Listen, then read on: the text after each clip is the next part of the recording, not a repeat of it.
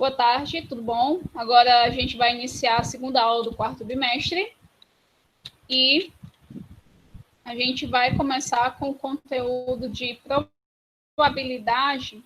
E nesse conteúdo de probabilidade eu vou dar para vocês algumas dicas, tá? E no caso, hoje eu vou falar da tabela de dupla entrada, tá certo? Que é uma das coisas que aparece bastante nas questões e que às vezes a gente não entende ou não sabe como é que ela funciona. Geralmente, a tabela de dupla entrada, a gente utiliza ela para representar aquelas questões de 2 dados ou para representar as questões de moedas que a gente lança 2 moedas. Ou seja, no caso, a tabela de dupla entrada, ela vai ter uma linha, certo? Com os valores e uma coluna, ok? E você vai agrupando os valores de pares. Por exemplo, aqui eu tenho o valor 1 e aqui eu tenho o valor 1. Aqui eu vou juntar 1 e 1. No caso, não seria 1,1. É o valor 1 de um dado, no caso aqui, que aqui esse exemplo trata de dados, né? É 1 de um dado e 1 do outro dado. Então, no caso, fica 1 e 1. Aí, no próximo, fica 1 de um dado e 2 do outro dado. Então, fica 1 e 2. 1 e 3, e assim sucessivamente, até eu montar a tabela todinha. Então, no caso, a tabela de dupla entrada funciona dessa forma, tá? Eu posso fazer a tabela de dupla entrada para 2 dados, posso fazer para 2 urnas, posso fazer... Geralmente, eu faço a tabela de dupla entrada quando eu tenho 2 sequências de dados, ok? No caso aqui, como eu tenho 6 em um dado e 6 no outro dado, então, eu vou ter 6 vezes 6, vou ter o valor de 36, ok? A outra coisa que eu vou falar para vocês é sobre a tabela de dupla entrada no lançamento de um dado e de uma moeda. Aqui, essa questão é do livro de vocês, tá? Diz o seguinte: um dado de 6 faces, numeradas de 1 até 6, e uma moeda são lançados simultaneamente e observadas suas faces voltadas para cima. Determine o espaço amostral. O que seria o espaço amostral? O espaço amostral é o todo de possibilidades desses lançamentos simultâneos. Então, a primeira resolução, no caso aqui, a primeira maneira de resolver, leve em conta a utilização de uma tabela de dupla entrada, onde eu vou colocar aqui os 6 números do dado, de 1 até 6, e as 2 faces da moeda, cara e coroa. No caso aqui, a coroa foi representada como K. K aqui significa coroa.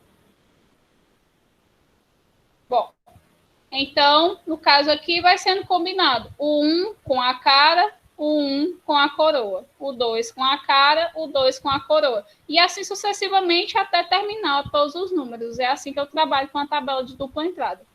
E cada um desse parêntese aqui é uma possibilidade de acontecer um determinado resultado. Então, essa é uma possibilidade, essa já é uma segunda possibilidade, e o lançamento de uma moeda e um dado vai me gerar 12 possibilidades, porque o dado tem 6 possibilidades, de 1 até 6, e a moeda tem 2 possibilidades, a cara e a coroa.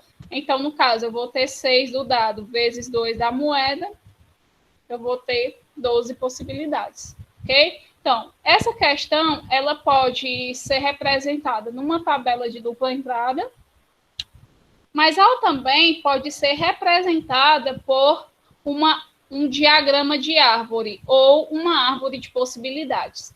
E como é que essa árvore de possibilidades funciona? E posso ter uma coroa. Então, um pode ser com cara e um pode ser com coroa. Então, é assim que a árvore de possibilidades funciona. Da mesma forma que a tabela de dupla entrada.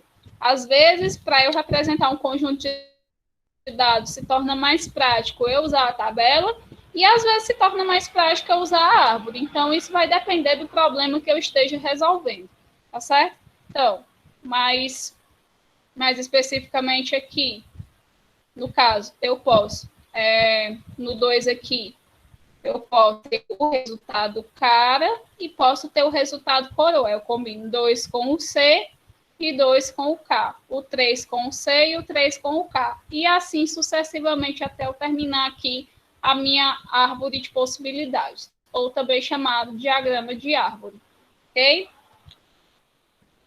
Pronto. Como é que eu posso fazer também a interpretação de alguns problemas? Tem algumas expressões que são muito utilizadas na resolução de problemas e na sua possível interpretação. Por exemplo, a expressão pelo menos. A expressão pelo menos aparece demais, tá? Vou dar aqui até a corzinha da caneta para eu mexer com a expressão pelo menos. Então, a expressão pelo menos significa a quantidade que está sendo dita ou mais do que a quantidade. Ou seja, se eu estou dizendo aqui que eu quero pelo menos 5, ou seja, eu quero 5 ou pode ser mais que 5, ok? Se eu estou lançando o dado e digo, não, eu quero que saia resultado pelo menos 5, então eu vou colocar aqui o resultado dos dados. 1, 2, 3, 4, 5 e 6. Então, se eu quero pelo menos 5, então, a partir do 5. Então, 5 e 6 entram na minha possibilidade, do 4 para trás já não entra, ok? Então, se eu tenho no problema a expressão pelo menos, é a quantidade que está sendo dita ou mais que a quantidade. A expressão no máximo significa a quantidade ou menos que a quantidade. No caso, a expressão no máximo é ao contrário da expressão pelo menos. Então, se eu quero no máximo 10, tem que ser 10 ou menos que 10. Então, se a questão está dizendo maior ou menor do que certa quantidade, a quantidade não está sendo inclusa. Por exemplo, se eu estou dizendo aqui, voltando para o dado, eu quero que o resultado saia maior que 2. Então, 3, 4, 5 e 6. O 1 e o 2 não inclui. Não, mas não é maior que 2, mas o 2 não inclui, tá? Para poder incluir, tem que ser maior ou igual, tá? E no caso aqui, se eu estou dizendo que eu quero um resultado no dado menor do que 4, então o 4 vai ser incluso? Não, vai ser só 3, 2 e 1, tá certo? Então, se a questão está dizendo maior ou menor que essa quantidade, a quantidade não vai ser inclusa na contagem, tá? Então, para ela poder ser inclusa na contagem, tem que ser maior ou igual, ou menor ou igual, tá? Pronto.